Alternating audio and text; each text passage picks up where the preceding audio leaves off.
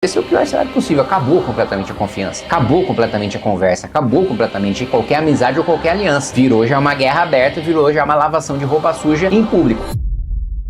Com o cerco a famílias de ministros do Supremo Tribunal Federal pela Lei Magnitsky, que deve avançar em relação a esposas e filhos de ministros que possuem escritórios de advocacia, coisa que, aliás, é uma aberração e a nossa própria legislação deveria proibir. Ah, tá.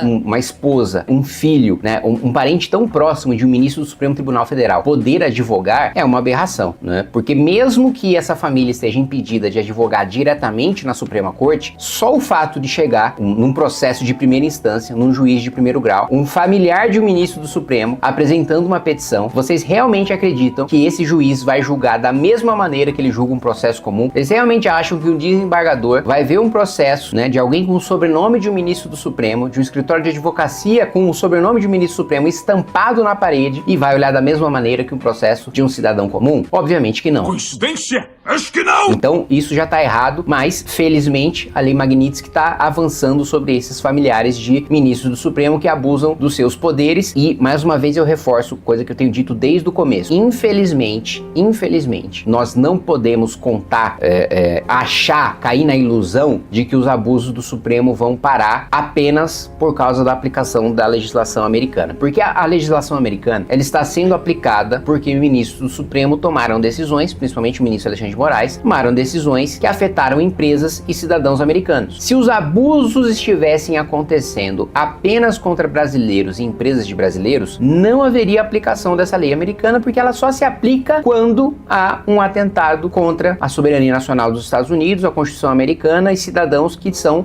detentores titulares de direito em decorrência da Constituição americana. Abusos apenas contra brasileiros deveria ter uma solução doméstica, deveria ter uma solução do Senado criar coragem, dos senadores tirarem a pantufa que eles estão utilizando desde as eleições, né, das últimas eleições de 22 e trabalharem para responsabilizar esses ministros. Infelizmente, não é isso que está acontecendo. Mas as coisas estão chegando em tal ponto que editoriais de grandes jornais e mesmo comentaristas da Globo News, que sempre fizeram assessoria de imprensa para o Supremo Tribunal Federal, chegam a criticar as decisões mais recentes de Alexandre de Moraes, considerando que mesmo eles, apoiadores de primeira hora das decisões do ministro Alexandre de Moraes, consideram que o que está acontecendo agora é um abuso para além da conta dentre todos aqueles abusos que eles já apoiaram no passado. E isso também faz com que essa repercussão negativa nacionalmente dentro do país faz com que os próprios ministros do Supremo que apoiaram as decisões de Alexandre de Moraes até aqui já cheguem nele e falem: ó, amigão, tá na hora de você dar uma maneirada, porque tem um limite até onde a gente sustenta as decisões que você tá proferindo.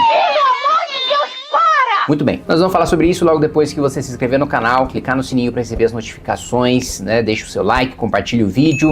Devo lembrar que nós estamos com o Clube do Livro. O Clube do Livro, nós temos aqui, ó, Ditos e Feitos Memoráveis de Sócrates, livro escrito por Xenofonte. Se você se inscrever no Clube do Livro até segunda-feira, você ainda recebe esse livro. Depois de segunda já vai ser o outro lançamento que nós temos feito periodicamente. Além disso, nós temos aí o primeiro festival do Movimento Brasil Livre, que vai acontecer ao final de novembro. Então, se você quiser participar antes que os ingressos se esgotem, clica aí no link na descrição do vídeo. Bom, vamos lá. Estados Unidos cercam familiares para asfixiar ministro do Supremo com a Lei Magnitsky. O governo dos Estados Unidos já tem em mãos uma lista com informações aprofundadas sobre todos os escritórios de advocacia que pertencem a familiares de ministros do STF ou dos quais esses parentes são sócios. Segundo relatos feitos à CNN, o objetivo é mapear todas as possíveis ligações financeiras dos ministros e ter meios para aplicar uma asfixia financeira deles, evitando caminhos alternativos para eventual fuga das sanções previstas na Lei Magnitsky. Outro ponto fundamental, que é o que eu coloquei para vocês, eu acho que isso é ainda mais importante do que a aplicação da lei em relação a parentes de ministro do Supremo, é a constatação dos próprios ministros do Supremo de que Alexandre de Moraes passou do ponto. Pelo menos 2 ministros do STF pediram a Alexandre na semana passada que adotasse mais cautela em suas decisões no processo da trama golpista, em relação à crise deflagrada por sua decisão de colocar Jair Bolsonaro em prisão domiciliar.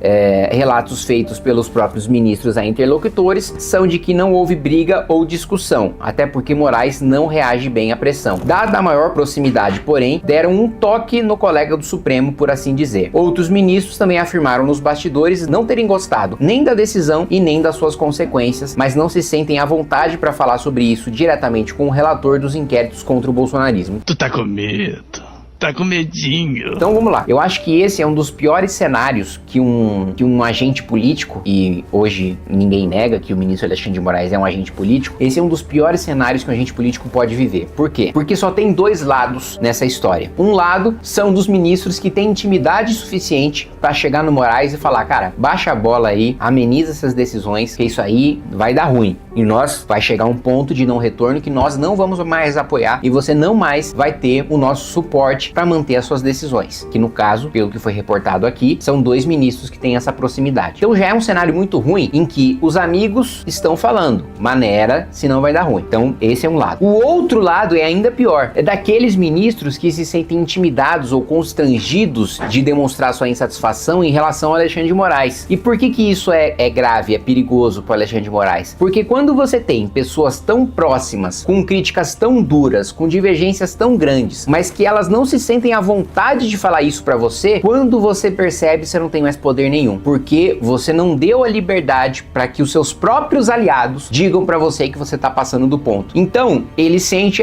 um ou dois vieram aqui falando pra eu dar uma amenizada, mas o resto não falou nada, então eles devem estar de boa. Mas é o contrário. Os que não falaram nada estão ainda mais insatisfeitos com o Alexandre de Moraes do que aqueles que deram toque nele. Porque quem deu toque ainda tá preocupado com o Alexandre de Moraes, falando, olha, se preserva, se protege antes que seja tarde demais. Os outros estão falando, não, olha, se a gente vai falar com ele, ele tem aquela personalidade autoritária de não querer falar com ninguém, de não querer aceitar conselho de ninguém, então não sou eu que vou arranjar briga com ele, que é capaz dele endurecer suas decisões e ainda sobrar pra mim. Então, um cenário de desconfiança, um cenário em que você não tem a menor segurança de que aqueles seus ditos aliados vão estar ao seu lado e até onde eles estarão ao seu lado, é o cenário mais complicado, desesperador possível para quem tá nessa situação, e quem está nessa situação hoje é o ministro Alexandre de Moraes. Então vamos ver, já não é de hoje, né, já vem de algumas semanas, alguns meses, desses vazamentos de imprensa mostrando divergência dentro do Supremo em relação ao Alexandre de Moraes. E esse é um terceiro ponto que eu coloco para vocês que também é grave. Quando esses recados para Alexandre de Moraes precisam ser recebidos via imprensa, é porque lascou. É porque realmente ele não tem mais um canal de diálogo, né, com esses ministros que criticam e que discordam das suas decisões. É como se, por exemplo, eu tô lá no MBL e em vez de resolver uma divergência, sei lá, com o Renan ou com o Guto, eu falo, puta, eu não tô com uma boa relação com eles a ponto de chegar e resolver as coisas com eles. Em vez disso, eu vou cutucar, plantando uma nota na imprensa criticando eles. Puta, esse é o pior cenário possível. Acabou completamente a confiança, acabou completamente a conversa, acabou completamente qualquer amizade ou qualquer aliança. Virou já uma guerra aberta, virou já uma lavação de roupa suja em público. Por mais que os ministros queiram preservar os seus nomes e ninguém dê entrevista em on, assumindo o seu nome, assinando aquela aspa que está sendo dada. Mas só o fato de nos bastidores eles vazarem para jornalistas que esse racha tá acontecendo, já demonstra que é um racha sério, a ponto deles não resolverem entre si, não conversarem entre si, coisa que fizeram pelo menos até pouco tempo atrás.